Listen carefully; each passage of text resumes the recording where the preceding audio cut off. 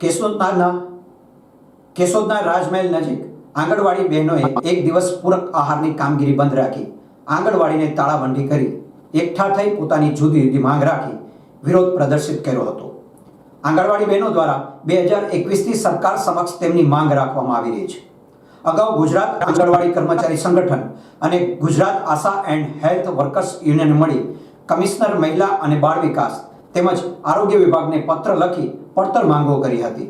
મારું નામ ગોસ્વામી મીનાબેન બટુકગીરી છે। હું જુનાગઢ જિલ્લાના કેશોદ તાલુકામાંથી આવું છું અને હું હેલ્પર છું આંગણવાડી। તો અમે આજ ઘણા સમયથી આંદોલન અને બધું કરી રહ્યા છીએ, રેલી કરી રહ્યા છીએ।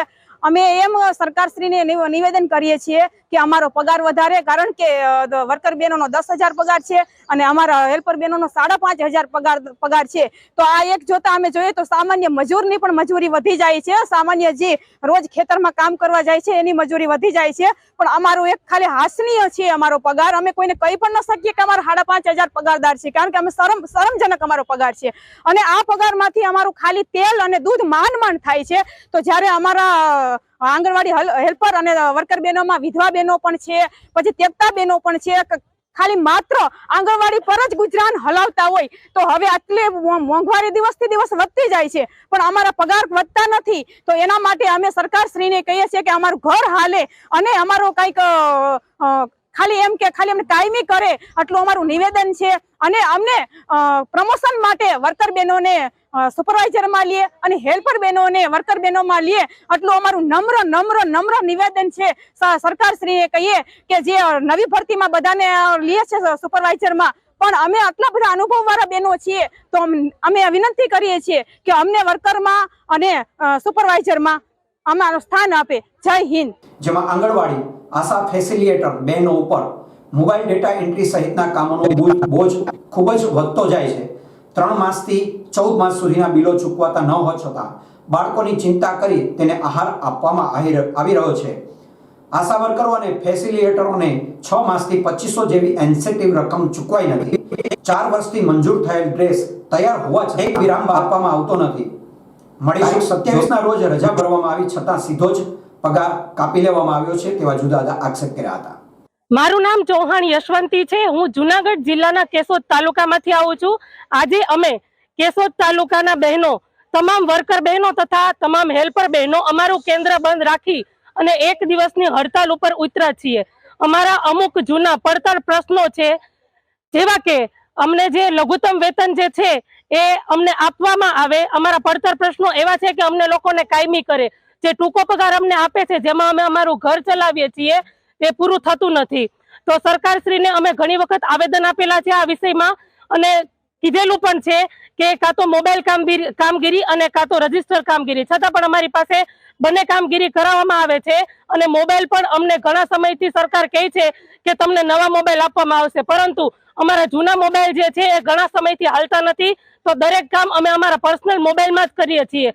સરકારશ્રી આવેદનપત્રનો કોઈ પણ જવાબ આપેલ નથી। તો સરકારશ્રીને અમારી એટલી જ અપીલ છે અને નમ્ર વિનંતી છે કે અમારા જે જૂના પડતર પ્રશ્નો જે છે એનો હલ આપો અને અમને યોગ્ય નિર્ણય આપો। જય હિન્દ, જય ભારત। અત્યાર સુધી તમે કેટલા કાર્યક્રમો કર્યા છે? અત્યાર સુધી અમે ઘણા બધા વિરોધના કાર્યક્રમ કર્યા છે અને ઘણી જગ્યાએ આવેદન પત્રો પણ આપેલા છે।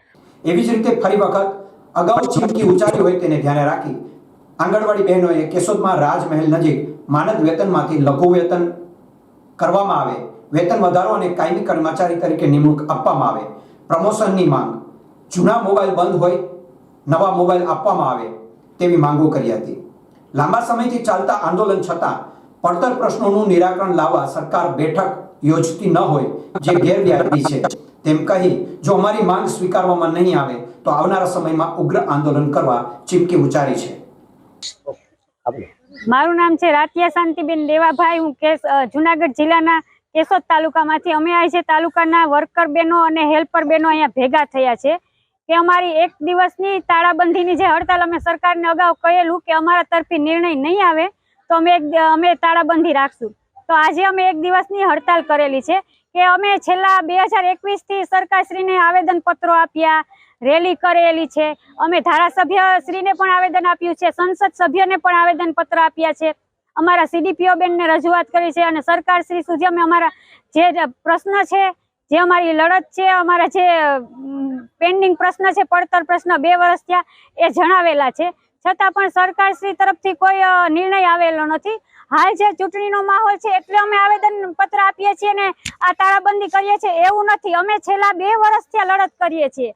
અમે જુનાગઢ રેલી કરેલી છે, અમદાવાદ કરેલી છે અને રાજકોટ પણ કરેલી છે, છતાં પણ સરકારે અમારા હક માટે એક પણ નિર્ણય લીધો નથી. તો હવે સરકારશ્રીને અમારી એટલી વિનંતી કે હવે અમને એક નિર્ણય અમારા તરફી દઈ દો એટલે અમને સંતોષ થાય. એક પણ અમારો પગાર વધારો અમને મળ્યો નથી. 2018ની સાલથી અમે પગાર વધારો કાંઈ પણ મળ્યો નથી.